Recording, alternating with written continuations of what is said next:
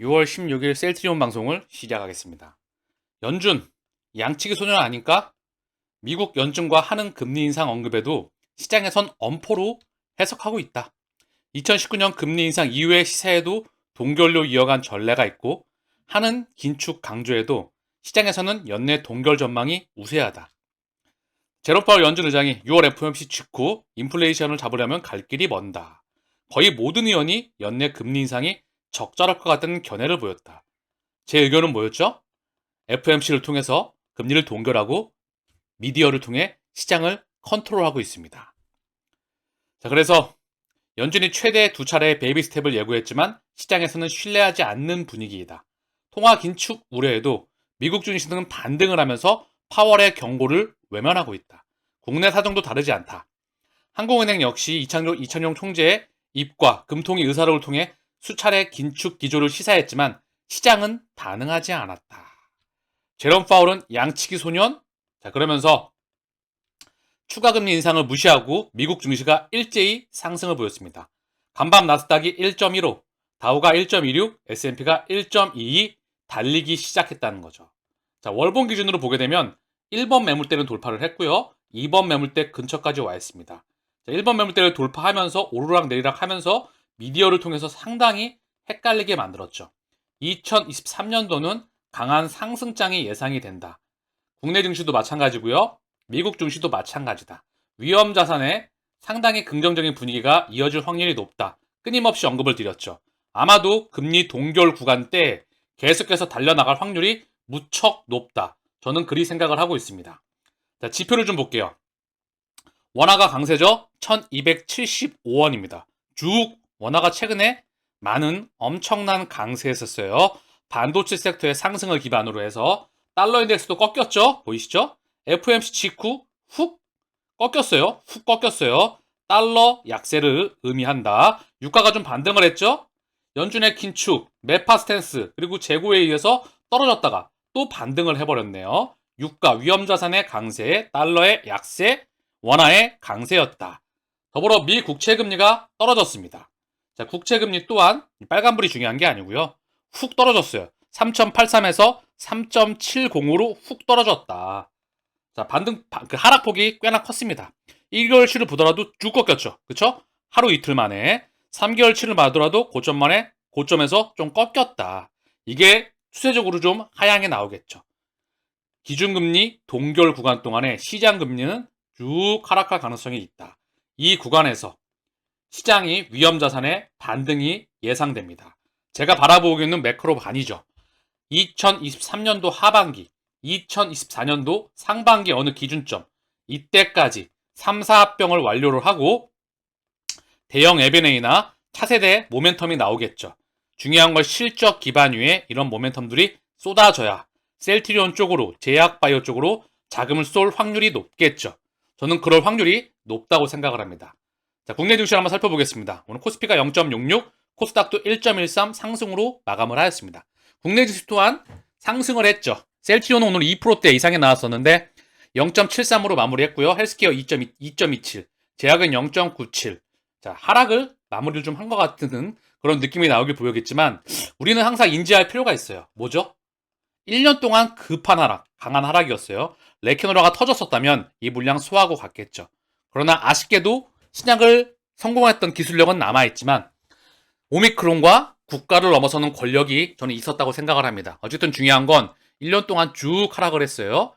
여기에 뭐 경구용 치료제부터 해서 머크의 경구용 치료제, 여기에 뭐 회계 이슈, 끊임없이 성장에 대한 정체로 계속 밀었죠. 1년 동안 급하게 밀고 1년 반 동안 자, 단기간에 올리고 긴 시간 동안 밀고 단기간에 올리고 긴 시간 동안 밀고 단기간에 올리고 긴 시간 동안 밀고 1년 반의 시간을 이렇게 보내면서 2년 반이 됐습니다. 자, 이 2년 반 동안 힘들어. 지겹다. 왜 이때 들어왔으니까 견디다가 올라가나? 에이, 안 가네. 올라가나? 안 가네. 올라가나? 안 가네. 이거 반복하다가 포기하신 분들이 많겠죠. 이 포기 물량을 공매도들은 바늘로 쪽쪽쪽 꼽아놓고 빨아먹고 있습니다. 1년 반 동안 물밑에서 개인의 600만 주 이상이 외국인과 기관 창고로 넘어가고 있죠. 이 600만 주 이상은 개인의 물량도 있겠죠. 그러나 찐 개인도 있을 것이고요.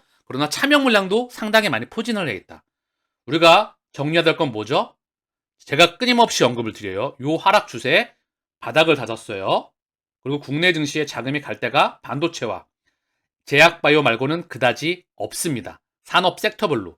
그러면 반등에 나올 때 8개월이죠. 그쵸? 제가 이게 이론상 악어가 맞지 않나요?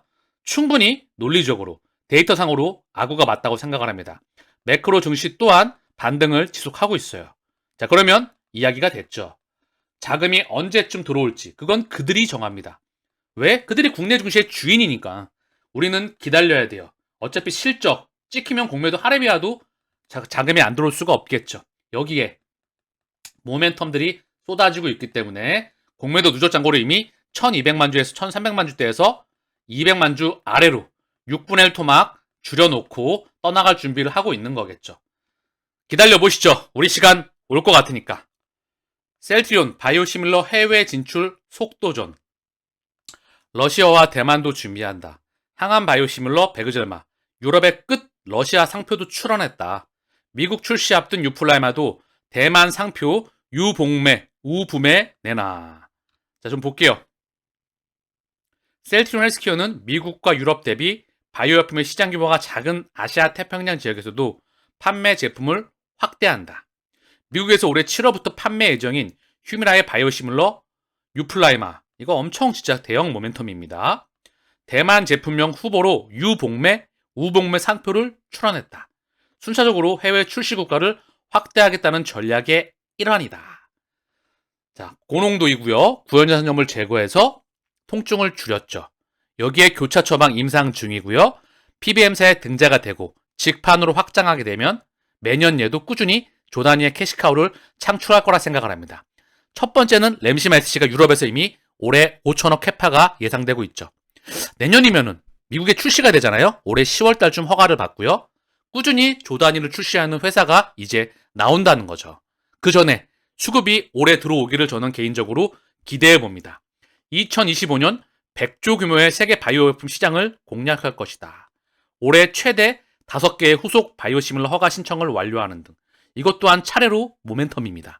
그죠? 기다릴만 하지 않겠습니까? 자, 나스닥의 월봉 차트입니다. 보이시죠? 이 월봉 기준으로 1번 라인으로 돌파했어요. 2번 라인. 여기 거의 닿을 듯 말 듯 하죠? 조금 있으면 닿겠습니다. 3번 라인이죠? 자, 이거 엄청난 긴축위에 박살났죠. 전 세계 증시가 완전히 박살났다. 그리고 코로나 팬데믹 이후에 엄청난 주가 상승이 있었죠. 미국에서는 로빈후드 혁명, 한국에서는 동학 개미 운동이라고 불렸죠. 그러고 나서 긴축위에 박살이 났습니다. 동학 개미 운동, 로빈후드 운동은 저리 간데 온다 간데 사라졌죠. 어쨌든 중요한 건 박살나고 계속 오르락 내리락 하지만 상승을 해왔다. 미디어를 통해 끊임없이 헷갈리게 만들고 있다. 지금도 개인 투자자들이 들어오지 못하게 차단을 하면서 그들은 들어오고 있다. 마지막에 또 개인이 들어오겠죠. 그들에게 물량을 넘기겠죠. 자, 그게 2024년도 초반이 될지, 자, 언제가 될지 모르겠지만 동결 구간에서는 상승 확률이 무척 높다. 자, 오늘 셀트리온의 공매도 누적 잔고와 함께 수급을 살펴보겠습니다. 먼저 셀트리온의 공매도 누적 잔고 4.20, 거래량은 50만 주.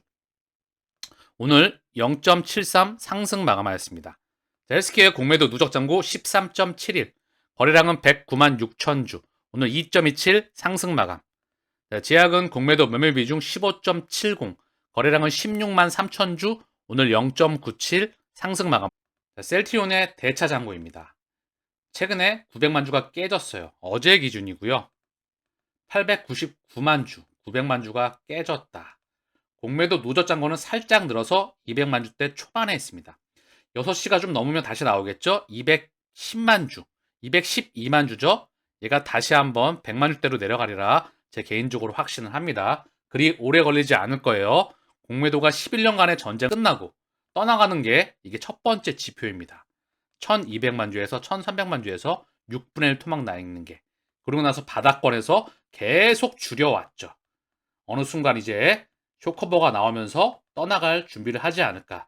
저는 그리 생각을 합니다. 3, 4합병을 하게 되면 공매도가 여기 있을 이유가 사라지게 되겠죠. 자, 국내 증시 차트를 값만 보고 가겠습니다. 국내 증시도 마찬가지로 오리락 내리락 했지만 결국은 반등을 지속해 왔습니다. 자, 셀트리온, 자, 국내 증시를 좀 볼게요.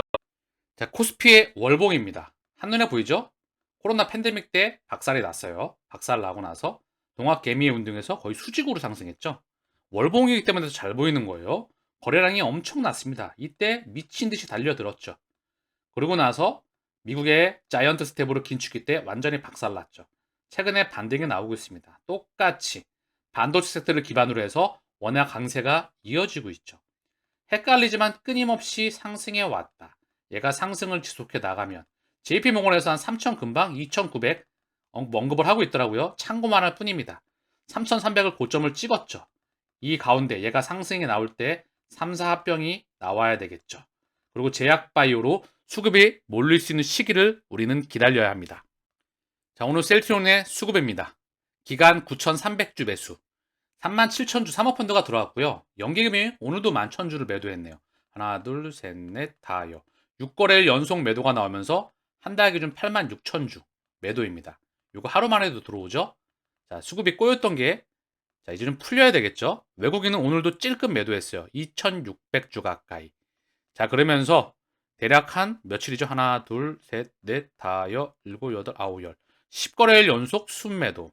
개인은 드디어 매수세를 멈췄네요. 8,000주 찔끔 매도. 그동안에 한 9거래일 가까이 연속 순매수였었죠. 그쵸? 수급이 꼬였던 게 풀릴 때가 저는 개인적으로 와 간다 생각을 합니다. 자, 그래서 한 달 기준 개인이 다시 한번 18만 6천 주 플러스예요. 외국인과 기관증은 15만 주, 그리고 기관은 2만 5천 주 순매도입니다. 그러면 꼬였다는 게 증명이 되죠. 외국인과 기관 쪽으로 플러스로 바뀌어 나가면서 개인은 마이너스 창고로 나올 때가 이제 돼 간다 생각을 해요. 단기적으로도 요 흐름이었기 때문에 그럼 상승할 때도 와 간다는 거죠. 이 흐름 다음번에 한 번 더 꺾일 수도 있죠. 그런데 중요한 건 7월에 유플라마 출시가 있고요. 합병 발표가 언제 나올지 모르겠지만 분위기 되는 전환점이 분명히 하반기에 온다. 반도체도 먼저 달렸죠. 헬스케어의 수급입니다. 기간 18만 3천 주. 자, 헬스케어는 기간이 18만 주를 다시 들어왔어요. 그 물량은 사모펀드입니다. 사모펀드.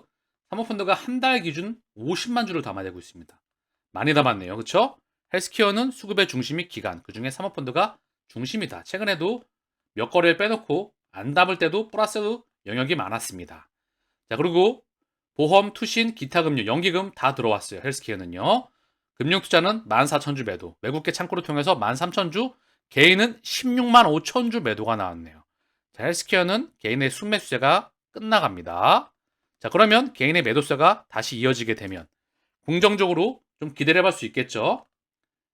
자, 개인이 한 달 기준 거의 보합이에요. 471주 순매수, 외국인과 기간 33,000주 순매도, 기간 8,800주.